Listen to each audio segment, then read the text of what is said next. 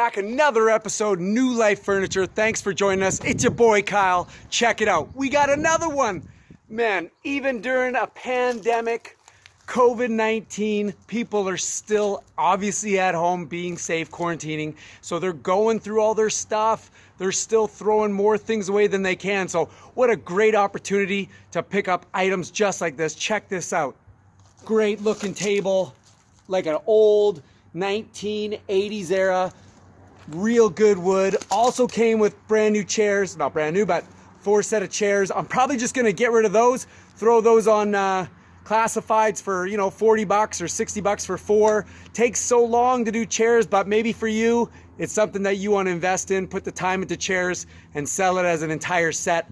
I find more people just want to pay the price for just a rustic table and find their own chairs. So find out what's good for you, try everything. Make sure you guys do a set of chairs, try to sell it as a set. If not, maybe just quickly get your gas money back, 30, 40 bucks for picking up the entire set, and then try to get your, you know, $200, $300, $400 for your table, depending on the size that you go. This table has a leaf. I'll probably get 300 bucks for this right away as soon as we do our typical white paint base.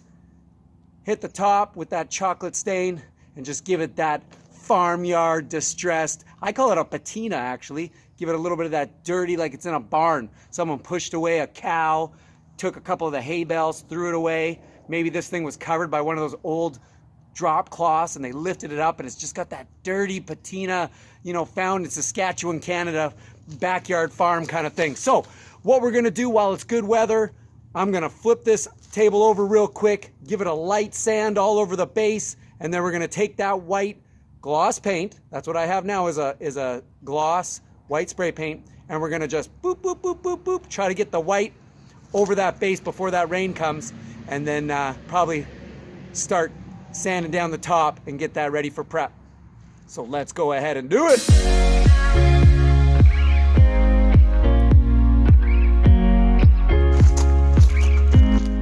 So again, y'all, all we're doing is 60 grit sandpaper. As you can see, I'm just quickly hitting the base here, just trying to get rid of some of these bigger nicks and some of the obvious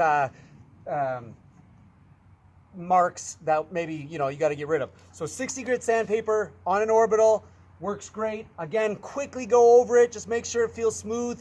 We're going to hit it with that sandpaper, and then again, once it fully dries, we'll take our other 60 grit sandpaper on the sander, just back and forth, and we'll just kind of touch up to expose those spots that we'll hit with our stain later, right? So again, it's all about time. You just want to hit this good enough, make sure it's nice and clean. We'll do the whole base and then roughly hit this quickly just so the paint sticks, opens up the pores, and make sure you guys get a little bit of this base as well. I know it's underneath the table, but it's just, if you're there anyways, do a good job. Oh man, my camera's so fuzzy right now, but it's okay, let's go!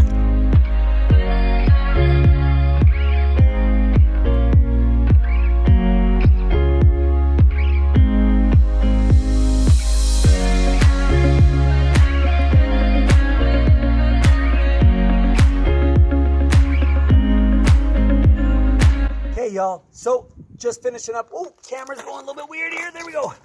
So we're just finishing up last couple of coats here. Did about 3 of them. Remember what I said, light and easy, and just slowly wait 5 minutes in between and just keep hitting it over and over again. Again, you'll see a lot of these spots aren't filling, but again, that's okay. That's what's so great about this rustic look, is that when we put the stain, all that's gonna go black and dark anyway. So even if you think this isn't looking good, it'll look good at the end with this type of look. So we've already used about 1 can. I'm just gonna put about 1 more coat on it, probably be about 4 coats total. And then we'll let it dry, get ready to sand and mark it up a little bit more and add the stain.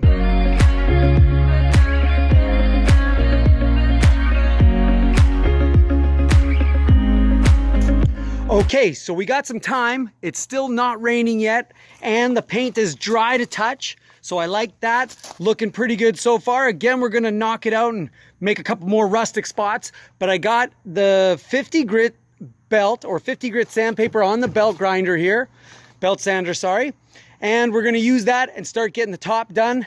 Top's pretty good, but again, what I like, another trick, remember how I said I want to always have all these little nicks and marks? Well, I work on a gravel driveway. So if any of you guys got a gravel driveway, man, just put your table upside down. It actually helps you with the overall look. So, hey, that'll work for us. So let's go ahead and take the belt sander, sand down the top. Again, we look at the way the wood grain is going. It's going this way. So we want to belt sand back and forth this way. If you go across the grain, it's going to make nicks in line, which also look cool. But for this one, I think we want to keep it pretty clean. And we'll let all those little nicks and grooves be the accentuators and the accents that we want. So let's go ahead and do it.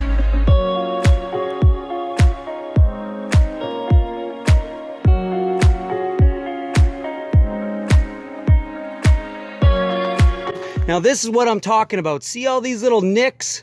See all the little nicks from the gravel? From laying it down on the gravel driveway, as I said? That's what I want. I want all these little nicks and these lines, because when the stain hits that, they're gonna turn dark. They're gonna be accentuated like that knot. So for me, that's what I like. So again, up and down with the grain, really get rid of it. When you got these little end spots, you wanna go, lift, go, lift, right? Make sure you don't walk side to side. That'll make those lines. If you like them and you want them, go ahead. But if you don't, make sure you go, lift, go, lift, go, lift. Check this out, y'all. Look at this. This is why I love doing this, because like I said, when you looked at that table, just a red kind of mahogany look, it was okay, but now you can already see how it's going to look. And look at these old tables that people are throwing away. Every day they're throwing these things away because they're heavy, they're old, they got some marks on them. And look at this, just solid, beautiful. Look at the lines and the accentuated spots of old, rustic. Oh man, I love it. But again, if you guys haven't bought or found a used old $20, $40 one online of a belt sander, wow, does that not make a big difference and help you out? Saving time. Remember, more time you save, the more money we make. So yeah, definitely a good investment if you can get one of those cheap enough at the beginning. And then if you make some money flipping tables, invest in a real high-end, powerful one. You'll make your money back real quick. Look at that. So let's go ahead, take our orbital, sand down the sides, and then we'll open this up and get inside the leaf. Remember what I said? When you guys do anything, make sure the leaf is inside, because you want to make sure you sand and stain so that it all looks fluid. Looking good, looking good. Woo-wee! This is what I'm saying, y'all. See these nicks? And as we start eating up some of this original stain, look at the nicks from the road that puts into the table. I'm telling you, that's what we want. Look at that as we expose.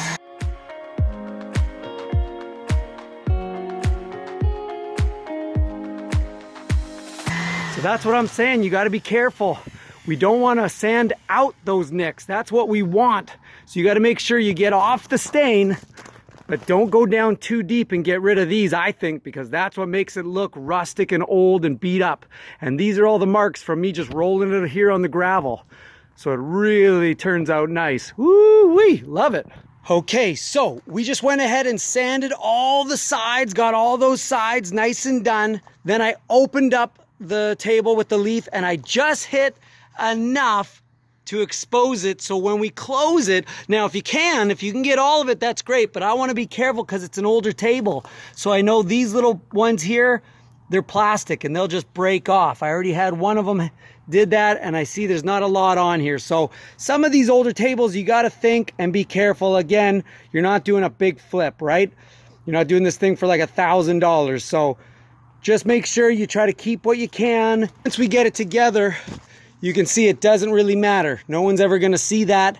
And again, what I want you guys, just remember, this is why I love the rustic look, because as we sand these down, you now can see that the edges are round, there's a little bit of a gap. You may be like, oh no, that's the point. The point is that it's supposed to look like it's old, rough. You guys are saving this, so now it's almost like an antique. If people are buying antiques, they understand that things aren't perfect. So, what I also want to show you another trick.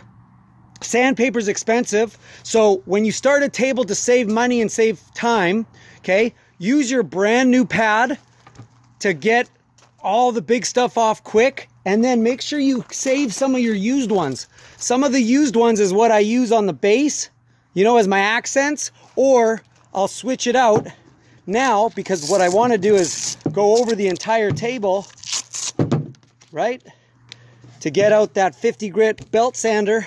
And again, I don't want to lose some of these accents, so having really good sandpaper might get rid of that. So what I use is I keep the old ones, and that's what I do real quick to just kind of polish it out. That's a little trick that'll help you guys. And always use a brand new one per table. That'll just get to this point real quick, and then save your used ones. You can still use them for a lot of different things. Okay? So let's go ahead, quickly sand all this, polish it up. Looks like it's raining pretty quick here, so we gotta move. See, and this is what I mean as well. Let me turn that off. So I flipped it over so we can go ahead and get these edges, make sure we get it all the way underneath. And remember, we got a little bit of that overspray, and I told you it's not a big deal, because all we do is take this, okay, and we just clean it up a little bit, okay?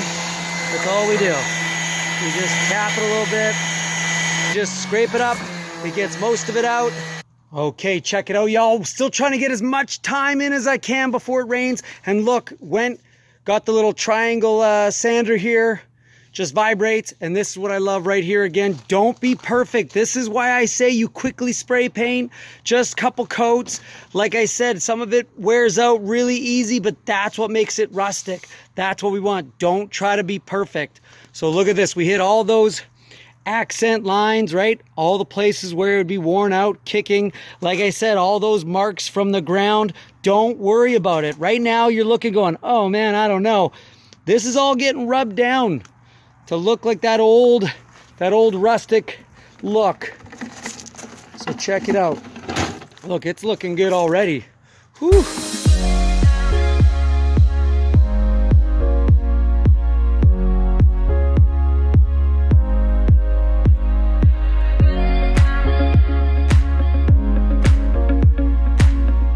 Rubbed in our Jacob bean stain all over it, got it all in the grooves, and that's how you get that real dirty old barnyard rustic look. We're gonna add our clear coat varnish over the entire base and clear coat in this oil top. I know with the mineral oil top, you don't have to clear coat it, just with the mineral oil is good enough. But it also leaves it to where the wood is actually soft. You can make marks in it, and I want to prevent that. I really want to just seal in that look.